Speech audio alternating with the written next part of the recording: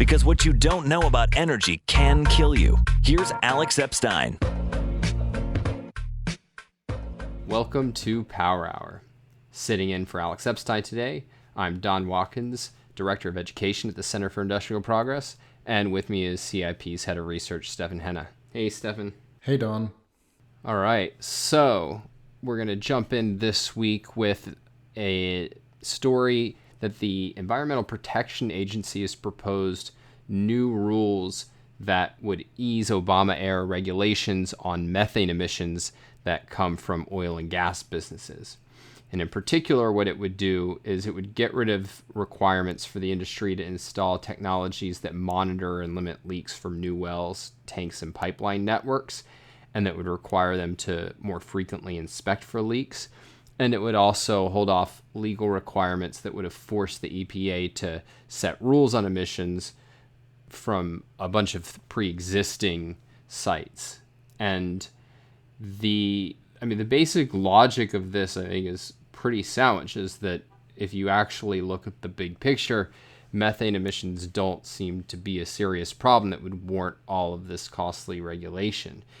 The Wall Street Journal has a report on this where it points out that oil and gas production, they're making up just a mere 1.2% of U.S. greenhouse gas emissions, and that 1.4% of natural gas pumped from the ground, only 1.4% of natural gas pumped from the ground escapes into the atmosphere.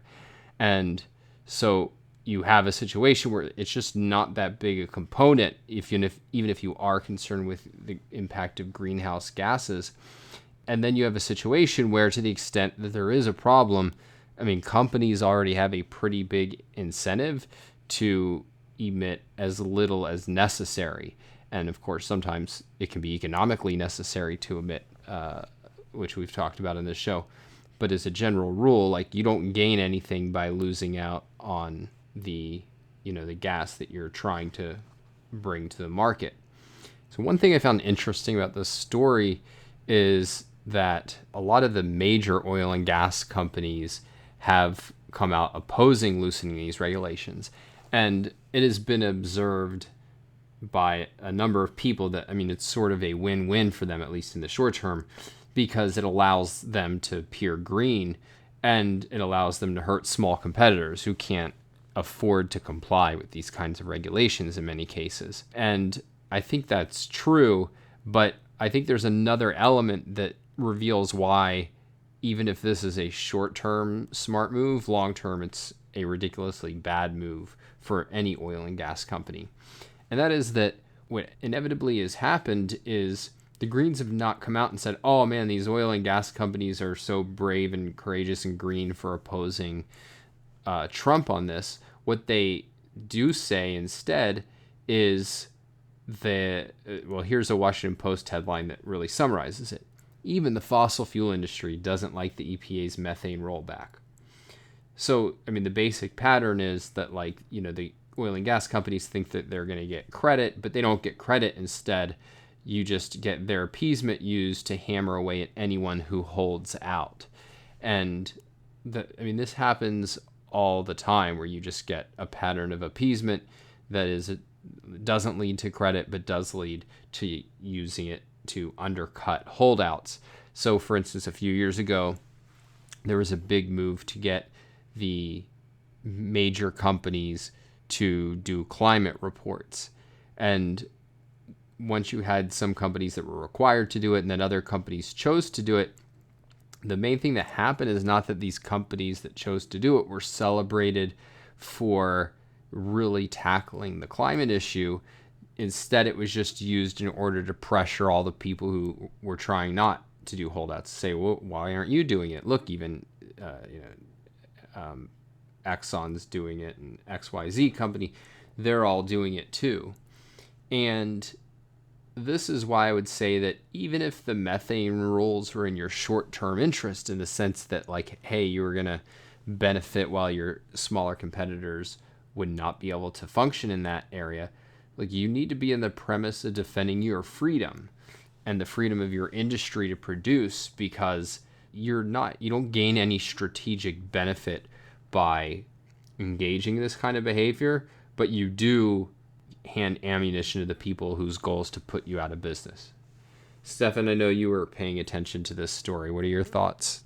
Yeah, so just for a little bit of perspective here, what we're talking about is specifically the US oil and gas industry.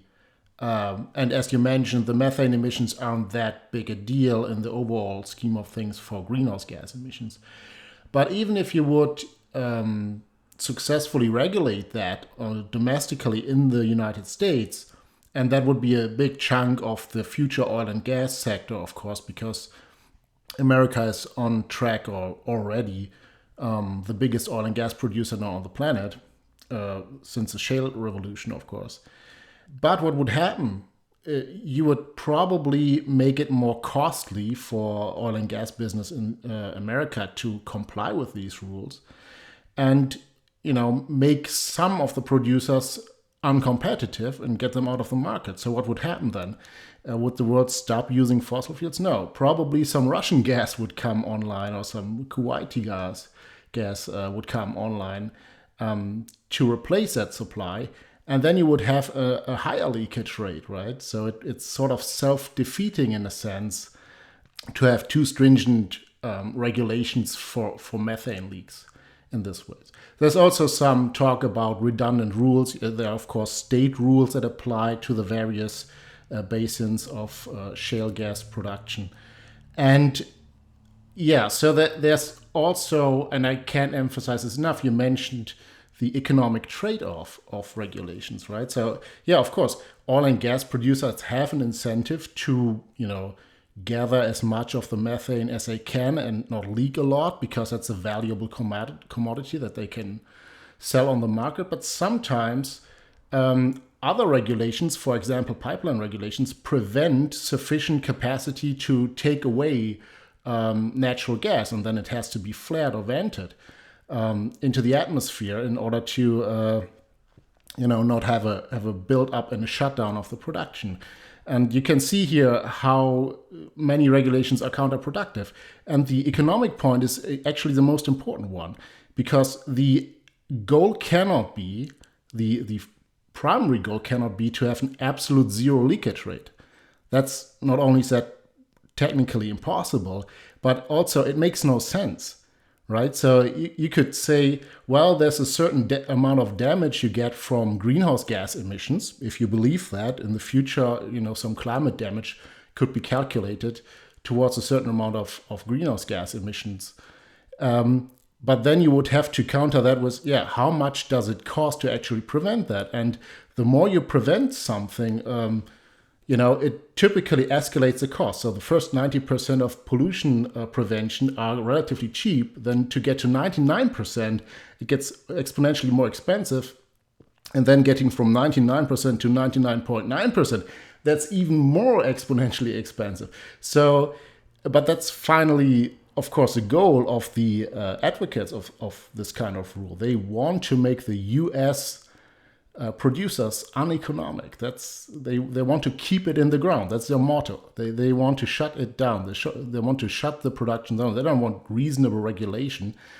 And I think the economic argument is the most important of all. And only the industry can really determine, is it worth preventing that last, small amount of emissions from getting out in comparison to the market value of the product.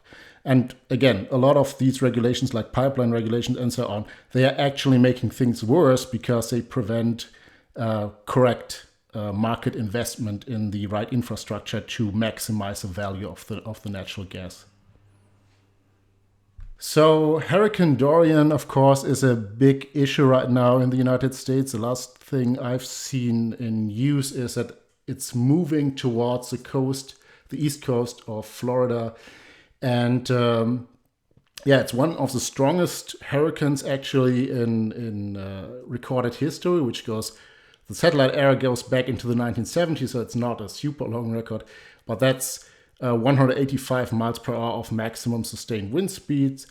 And it might actually spare the eastern coast of the worst because it might not make full landfall. It will probably, that's the last forecast I've seen, make a northward slope along the eastern coast of the United States. So hopefully not too many people get involved in that, and nobody gets killed. In addition to, I think there are a couple of victims on the Bahamas already.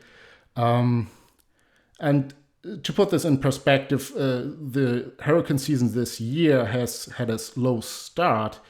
And now this one huge hurricane is actually making it an average, maybe above average hurricane season. So obviously this one storm has gotten attention of politicians and so-called climate experts who have been saying, yeah, this is a dire warning about the future of climate if we continue to warm the planet by greenhouse gas emissions. And one particular tweet by presidential contender Bernie Sanders on Twitter, retweeting Bill McKibben of all people on the subject, was the following. When we talk about climate crisis, this is what we mean. Our people are in danger and it's only going to get worse. We have no choice but to pass a Green New Deal.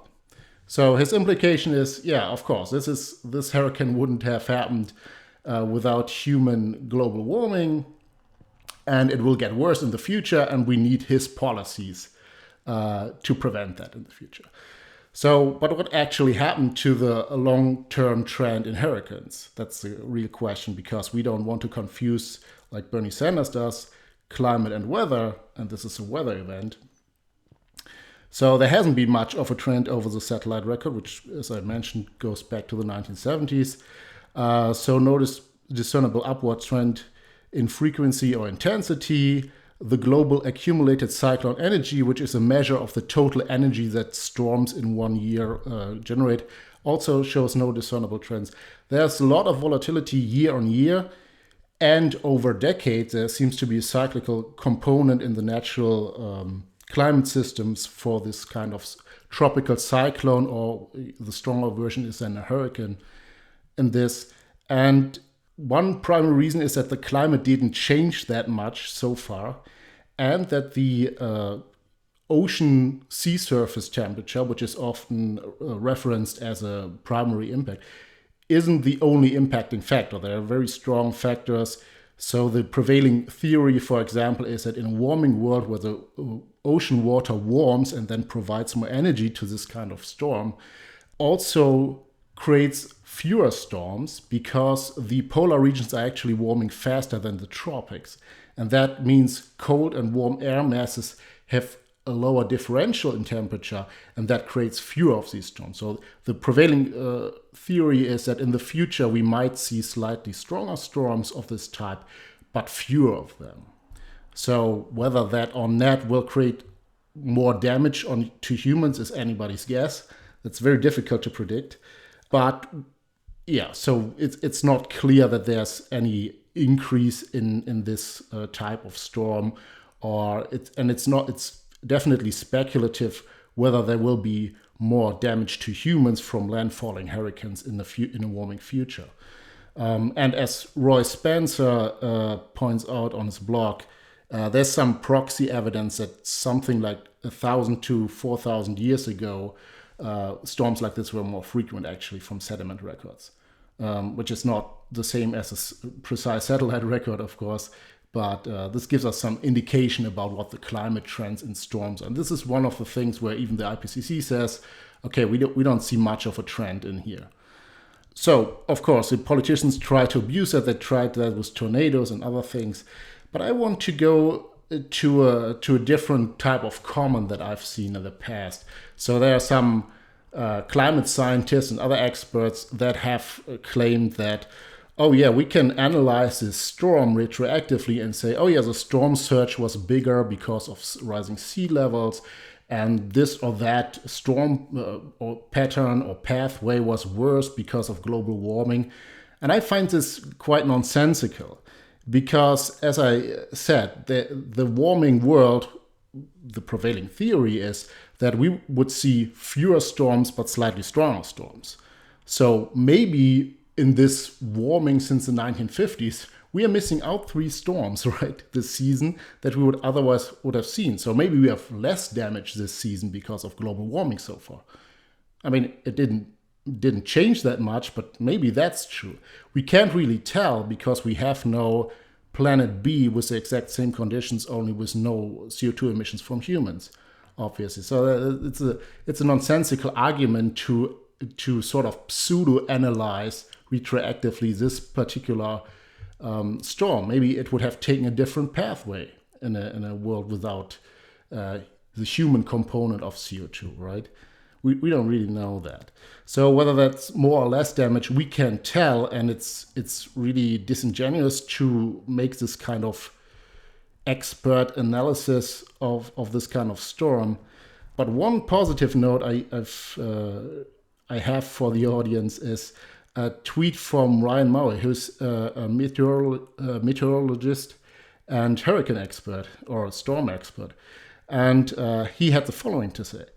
The weather models have improved so much in the last 20 years. Like Floyd back in 1999, if we had the same weather models today for Dorian, then there's no way we would have any confidence in the eventual northward turn. Instead, 5 million may be evacuating. So that's a very important point, because what he's saying is, oh, look, if our weather models that predict the pathway of these kinds of storms would be the same as 20 years ago, we would cause a false alarm and evacuate 5 million people right now, which we wouldn't have to evacuate. So this is like false alarms or uncertainty can create this kind of damage, right?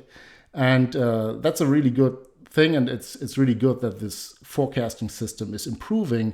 And this is an example of the power of technology, because whatever the future nature of storms, whether there will be more or fewer storms, stronger or weaker storms, it doesn't really matter that much, as will our technology to deal with that, to master the climate, to predict storm pathways, and predict it in great detail, because both the actual storm impact can cause damage if it's a surprise to you, but you can also be too cautious and falsely predict damage that doesn't actually occur, and then you will have defensive measures that are very costly, but they don't do anything. So we can prevent a lot of damage to humans in the future, and particularly economic damage, which ultimately also means life or death, if we improve our technology. And for that we need, of course, a lot of energy and freedom, and certainly not Bernie Sanders' Green New Deal. Yeah, I want to go back to that tweet of his. So that it was, our people are in danger and it's only going to get worse. We have no choice but to pass a Green New Deal. And of course, anytime somebody wants to increase power or rob people of their freedom, it's some view that, hey, disaster is going to befall unless you do what I say. And like, my attitude is exactly the opposite, which is like, to the extent that we're worried about storms, and we always have been, we need as much freedom, capitalism, wealth, and energy as possible to make ourselves as safe as possible. And that what a Green New Deal would do is it would make us completely vulnerable, because we would have no wealth or energy precisely because we robbed ourselves of freedom. I mean, at the end of the day, no storm and no series of storms has killed as many people as socialism. So my next story is about a controversy that's come up between the Trump administration and farmers. In particular, farmers who are by and large been very supportive of President Trump are now upset because Trump's EPA has been waiving something called the renewable fuel standards requirement for a lot of small refineries. And the farmers say that this has really depressed corn prices, which is not good for their business, obviously. So renewable fuel standard, it was created, I think in 2007. I might have the exact year wrong. But the basic idea was that we're going to force the U.S. fuel supply to use a certain amount of corn ethanol, and there's also a few other so-called renewable fuels that are on that list to reduce greenhouse gas emissions. And at the time, one of the other arguments was to reduce our reliance on foreign oil, although that's obviously become much less of a concern because, just a year or two after this came up, we began really in earnest this shale revolution. But this renewable fuel standard that's forcing us to use ethanol has become the kind of like lifeblood of the corn farming industry. About 40% of all U.S. corn is tied to growing ethanol production. And so you can see like there's a big constituency here who is really invested in the renewable fuel standard, which is in effect another way to think about it is it's something similar in in ethanol of what we do in order to support renewable electricity. And, it's just a welfare program for energy that cannot win on a free market. And the problem, though, is even though we have this renewable fuel standard, since Trump took office, the EPA has issued 85 exemptions on oil refineries and saying that they don't have to blend ethanol into their fuel. The idea is that if they did have to do this, like this is very costly and it would have put them out of business. And just the farmers' argument is not clearly true that this has actually hurt them, because one of the things that's gone on is most refineries are not selling fuels that are pump ready. Like it's not like a refinery's turning out something that can, just be sent directly down to the gas station. What they're generally doing is kind of selling it wholesale, and it's almost always then blended with ethanol before it reaches the end user. And the economists that I've seen have said that, yeah, corn prices are low, but it's really just because we've seen an increasing supply of corn, not reduced demand from these refineries. But whatever the case, Trump has indicated that his solution is going to be even more corporate welfare for the farmers. So he had this tweet a few days ago. The farmers are going to be so happy when they see what we are doing for ethanol. It will be a giant package, get ready. At the same time, I was able to save the small refineries from certain closing. Great for all. And I mean, this is just, whenever you have a system of pressure group warfare where people are getting these special favors from government instead of equal protection of their freedom, then it's just everybody is vying for their favor, and then everybody is at each other's, like everybody is at odds with other people in the economy. So in a normal economy, like, there's no inherent conflict between refiners and corn farmers, but when they can vie for political favors, then there is. And so what you really want is you want the government not to be in the position of picking winners and losers. But I mean, what I kind of find, darkly amusing is that Trump's solution is basically, it sounds like, well, I'm just going to make everybody a winner. The government's going to force refineries to use ethanol, except if that'll be too painful for them, and then we won't require them to do it. And if that makes things too painful for the corn farmers, well, we'll just create a new handout for them. And the one thing that's left out in all of these considerations is, what about the public at large that has to pay for all of this in terms of higher prices and higher taxes? And it's, well, you're not part of a pressure group, so you don't get any consideration politically. Stefan, any thoughts? Yeah, it's interesting when both sides actually get into these economic arguments about, we'll just boost this part of the economy and then we'll boost that part of the economy and then we'll pressure the Federal Reserve to lower interest rates to boost the economy again. It's just everyone will lose in the end, and big time, and people will just look at, oh, can I get the party in charge to, get my favorite policy passed that will, force others to pay for my stuff. And that the ethanol mandate, it's somewhat complicated, but it's in a way it's quite simple. It's just forcing the refining industry to use an input that they don't want to use. right? And that's not sort of demanded on a free market. And we often see this kind of argument, oh yeah, this is just a market result, and this is what people want. And so most of these regulations are hidden, and you don't really know what kind of product you're buying and what kind of impact regulations had on it. And I mean, if ethanol is really that great a fuel, you can market it as ethanol, and people have proposed that. I don't think it's that good. I don't think it could survive in a really open and free market where people can pick and choose what they really want. And it's not a good thing, even if the farmers win out, but then everyone will lose, including the farmers ultimately. And I don't think this ethanol mandate has, just like the renewable portfolio standards that demand solar and wind on the power grid to a certain degree. All of these policies are just forcing things into a market that don't really belong there and wouldn't get there in a free system. So I think this is totally illegitimate.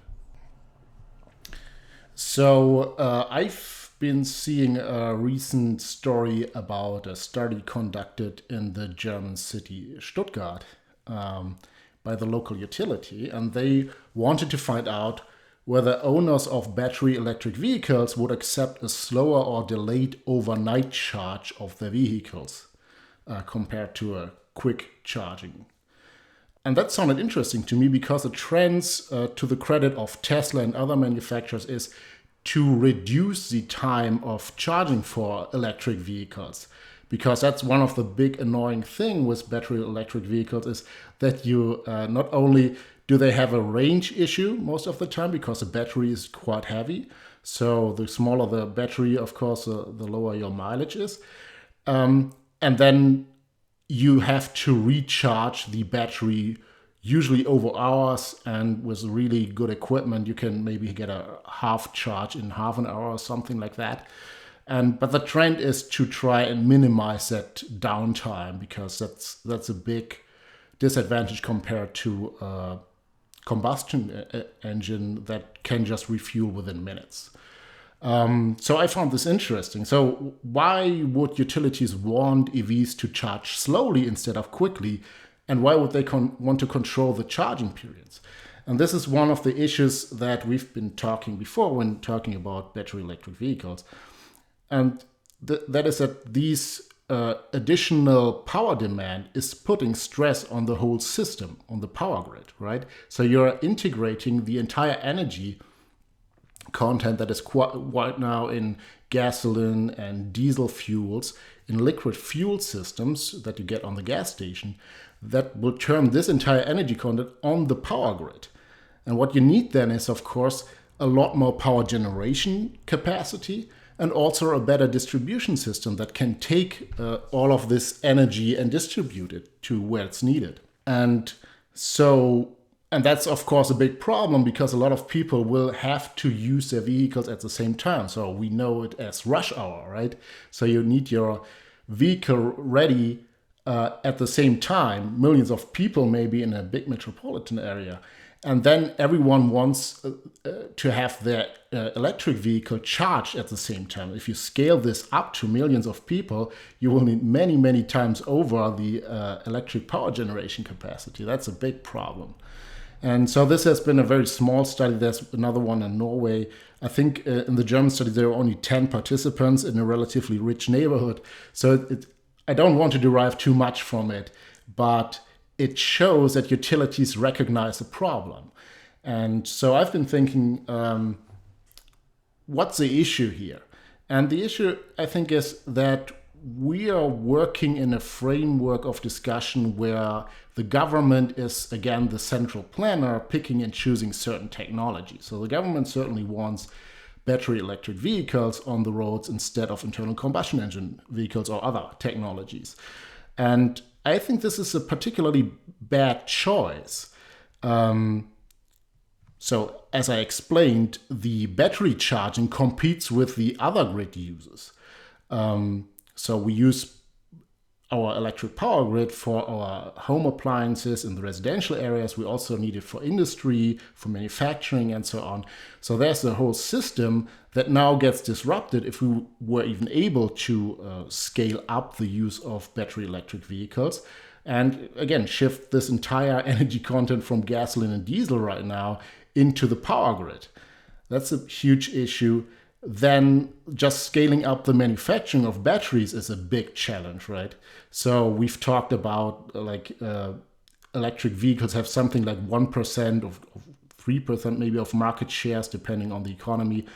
And we are adding more and more internal combustion engine vehicles compared to battery electric vehicles. But even if we could add that many battery electric vehicles from consumer choice, producing that much battery capacity would be a problem. And then, of course, the government also wants solar and wind to feed the power into the batteries. And that, again, creates a need for even more batteries at a utility scale. So we will have to multiply many times over the battery production and manufacturing capacity. That makes it even more challenging. And so this is, in my view, unnecessarily difficult and expensive. And the charging during peak hours will drive cost even more, because the problem here is you will have to create a lot of peak power generation capacity that stands idle during other times. So particularly during the night, where you don't need a lot of power. So you already see that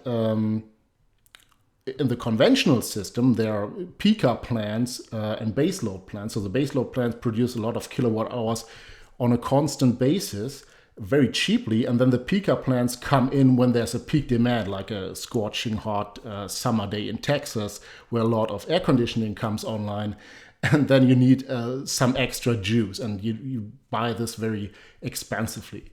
And you will have this problem exacerbated many times over with peak charging times for electric vehicles, once many millions of them are on the roads, of course.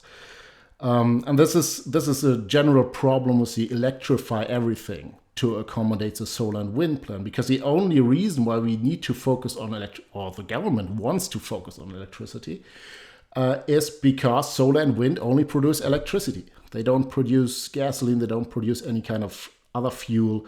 They produce electricity, and then the government thinks, oh yeah, we want everything to be electrified. The transportation sector, heating should be electrified, and so on and so forth. So this is putting a lot of stress on the very expensive power grid infrastructure. And this is sort of the dumbest choice of something. So I was thinking, yeah, if we wouldn't have the government centrally planning this, what would a private entrepreneur do or look for if he wants to optimize and provide an actually better system, right? With getting a better transport service, getting from A to B more efficiently, cheaper, more quickly, and so on. How would they create a better solution? And so my speculation would be they would do some kind of liquid fuel, because that's not electricity, that's not putting stress on the power grid and not driving up the cost in there. And so maybe synthesize some kind of fuel, like ammonia or hydrogen or something like that, right? Or maybe liquid natural gas would be a good solution. But probably not battery electric vehicles. So I think that's a niche product because the government chooses this for ideological reasons, because they want solar and wind, they want to electrify everything, and then electric cars look attractive, even if they are not really competitive or economically viable. So, but that sort of solution seeking by a private entrepreneur would have the goal of creating a better product, and ultimately would lead to more traveling, more transport of goods, and so on. It would make the world better, more convenient, and doing more. And I think this runs counter to the actual green ideal behind government policies, which is minimize the footprint. Okay, if you want to minimize the footprint, you don't want transport to become cheaper. You don't want gasoline and diesel to be replaced by something superior that's actually making things cheaper. You're not looking for better solutions. You're looking for solutions that minimize the footprint. And ultimately, that will probably lead to something like, transporting less, traveling less, doing less, getting less mileage out of the car, and having fewer cars. So I think there's a very real reason why the government and these policies that are advocated systematically lead to worse solutions that can't really scale and can't really work and make things ultimately more expensive. And that is, ideas matter, and horrible ideas like the minimizing the footprint framework matter as well. So before we wrap up, there's one story I just want to mention briefly. I've been meaning to talk about it for a little while, but we just have not had time. But a few weeks back, a coalition of 29 states and cities recently sued to block the Trump administration from easing restrictions on coal-burning power plants through its repeal of the Clean Power Plan and its replacement with the Affordable Clean Energy Rule. Now, just some brief background. The Clean Air Act directs the EPA to implement the, quote, best system of emissions reduction, unquote, for pollutants.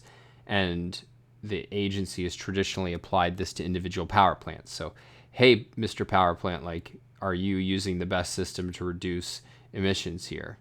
But the Obama EPA went further, and it required states to completely change their electric grids by replacing all coal and eventually natural gas with wind and solar. And the Supreme Court in 2016 basically stopped it as it was being implemented because it was saying that the EPA did not have that authority.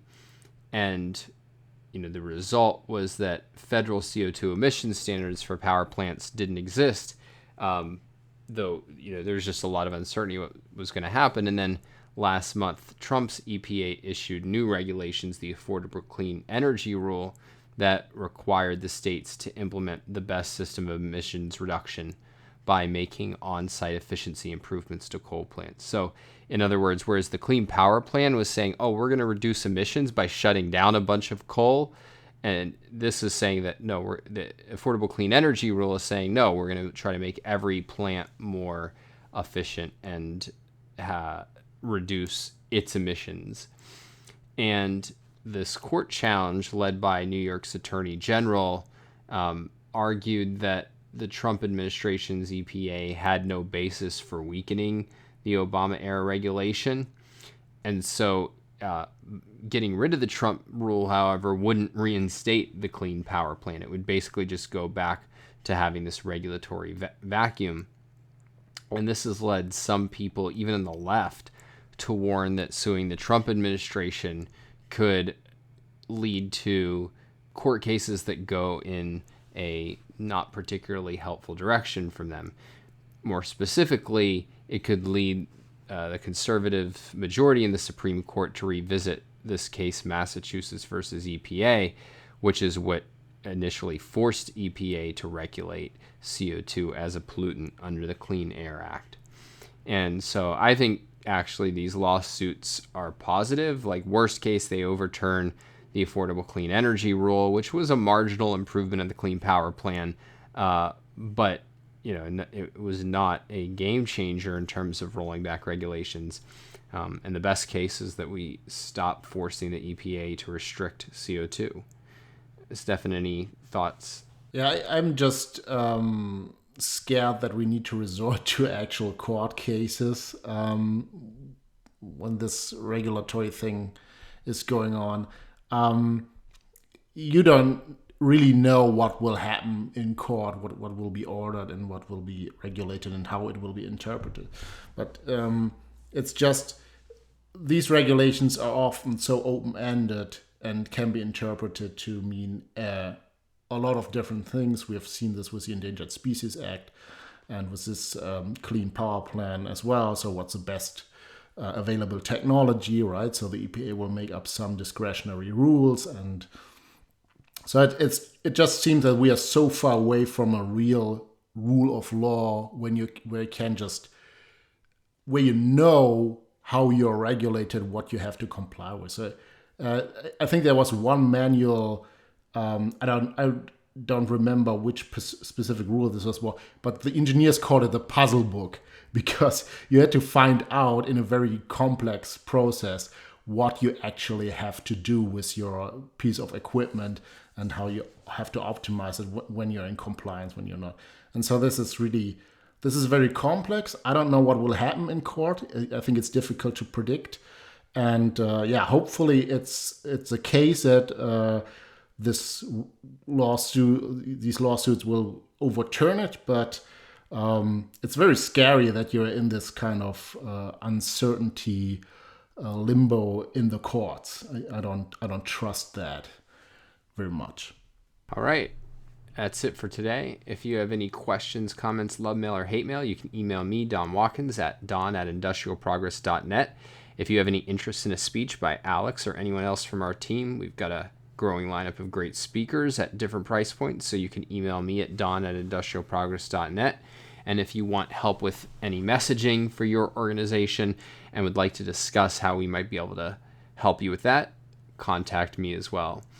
Best way to support the program, as always, is subscribe to our newsletter at alexepsteinlist.com. And with that, hope everybody enjoyed this episode. We'll be back next week with some more great topics. Until then, this is Don Watkins with Stefan Henna, and this has been Power Hour. Power Hour. Life, liberty, and the pursuit of energy. Power Hour. The antidote to shallow thinking about energy issues.